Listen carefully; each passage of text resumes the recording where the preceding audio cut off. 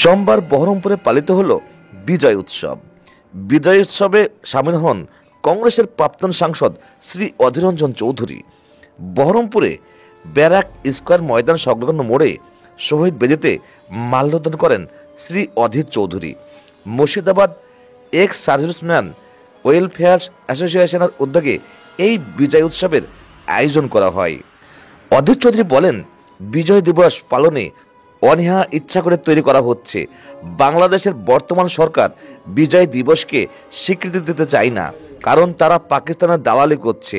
তারা জয় বাংলা স্লোগান উঠিয়ে দিতে চায়, ইতিহাসকে মুছে দিতে চায়। বিজয় দিবস বাংলাদেশের মানুষের অন্তরে পালিত হচ্ছে। চলুন দেখিনি বিস্তারিত ভিডিও। हमारा जो निश्चय कंटिन्यू रहना, आगे बढ़ना और देश के लिए करना, वो रिसोल्व रखते हुए हम आज का दिन सेलिब्रेट करें। मैं आभारी प्रकट करना चाहता हूँ। Thank you very much. अच्छा, Bilal Ali Sahab, wife of late Habibullah MM Saha আসুন, ওখান থেকে এখানে হবে না। হাততালি দিন সবাই।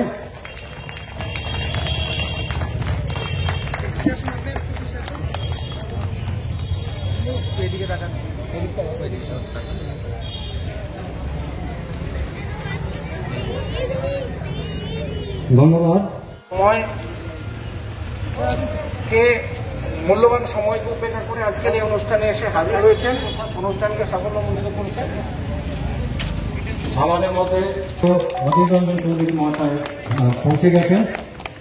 স্যার, আপনি আগে মাল্যদান করে তারপরে সে আমরা গ্রহণ করে দেবো। চলুন, নবীন নিয়ে যান।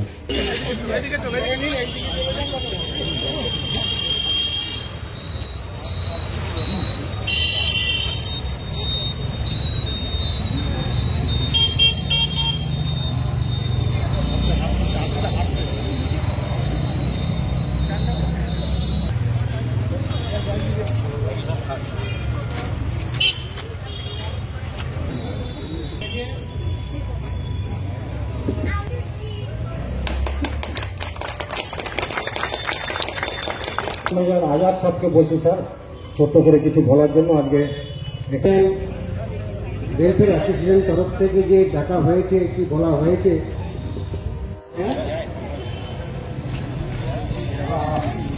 রেসপেক্টেড মুর্শিদাবাদ ওয়েলফেয়ার সকল executive member, starting from vice president, president and all executive members, and 26 ladies, they will be to sit in welfare অ্যাসোসিয়েশনের সমস্ত কার্যকর্তা, আমাদের সুদর্শন সাহেব জেলা ট্রেনিং ওয়েলফেয়ার অফিসার এবং 76 ব্রিগেড, 26 এডি রেজিমেন্ট, 129 এডি রেজিমেন্ট থেকে এসেছেন। এছাড়াও প্রদান করেছে, তার কোনো কিছুর সঙ্গে তুলনা করা যায়। এই যুদ্ধ ভারত এবং পাকিস্তানের মধ্যে যুদ্ধ, এবং 13 দিনের সেই যুদ্ধে ভারতবর্ষ তারটা সেটা প্রদর্শন করে, আপনারা জানেন যে 16 ডিসেম্বর পাকিস্তান আর্মি কমান্ডার এর কাছে উনি এসে স্বীকার করেন।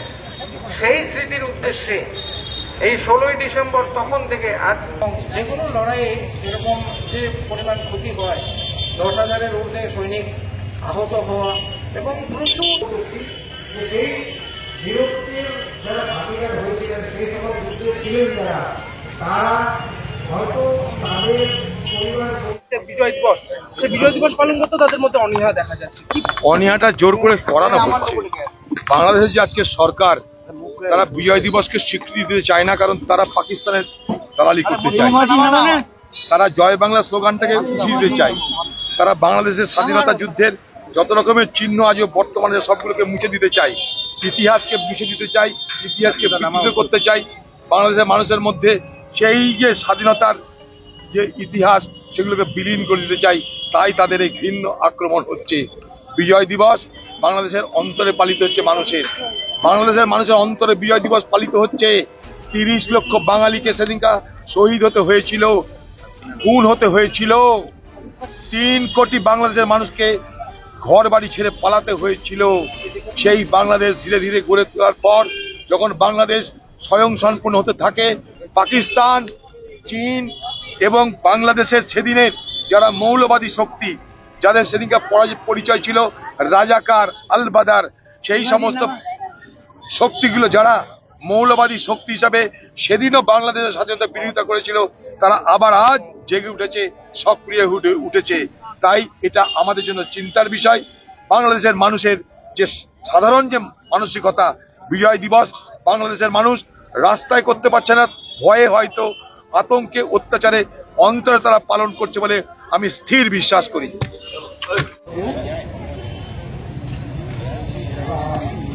রেসপেক্টেড মুর্শিদাবাদ ওয়েলফেয়ার নেম সকল executive members starting from vice president, president and all executive members and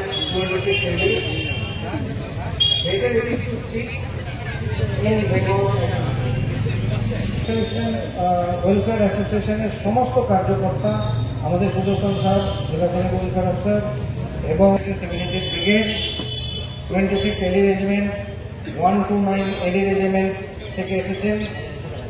এছাড়াও প্রদান করেছে তার কোনো কিছুর সঙ্গে তুলনা করা যায়।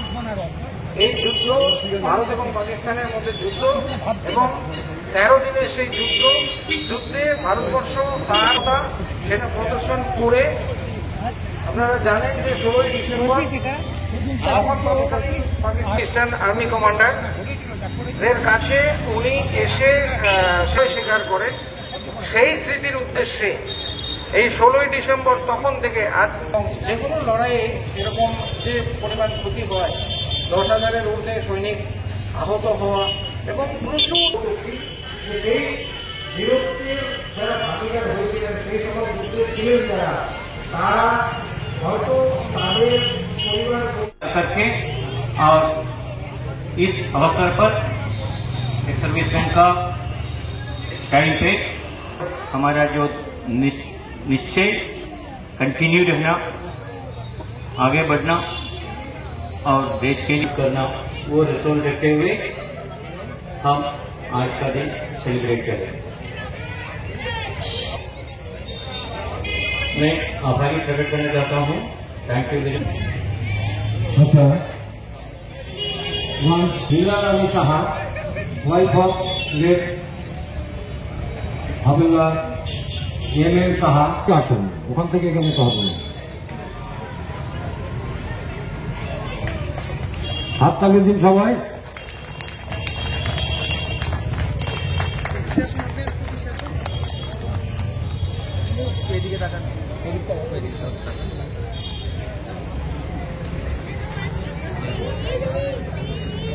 ধন্যবাদ।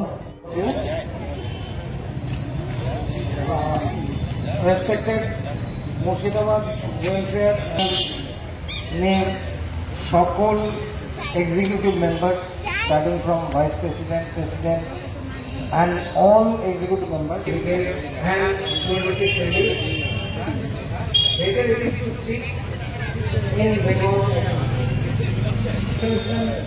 ওয়েলফেয়ার অ্যাসোসিয়েশনের সমস্ত কার্যকর্তা, আমাদের সুদর্শন স্যার জেলা সৈনিক ওয়েলফেয়ার অফিসার এবং 76 ব্রিগেড, 26 এডি রেজিমেন্ট, 129 এডি রেজিমেন্ট থেকে এসেছেন। এছাড়াও প্রদান করেছে তার কোনো কিছুর সঙ্গে তুলনা করা যায়।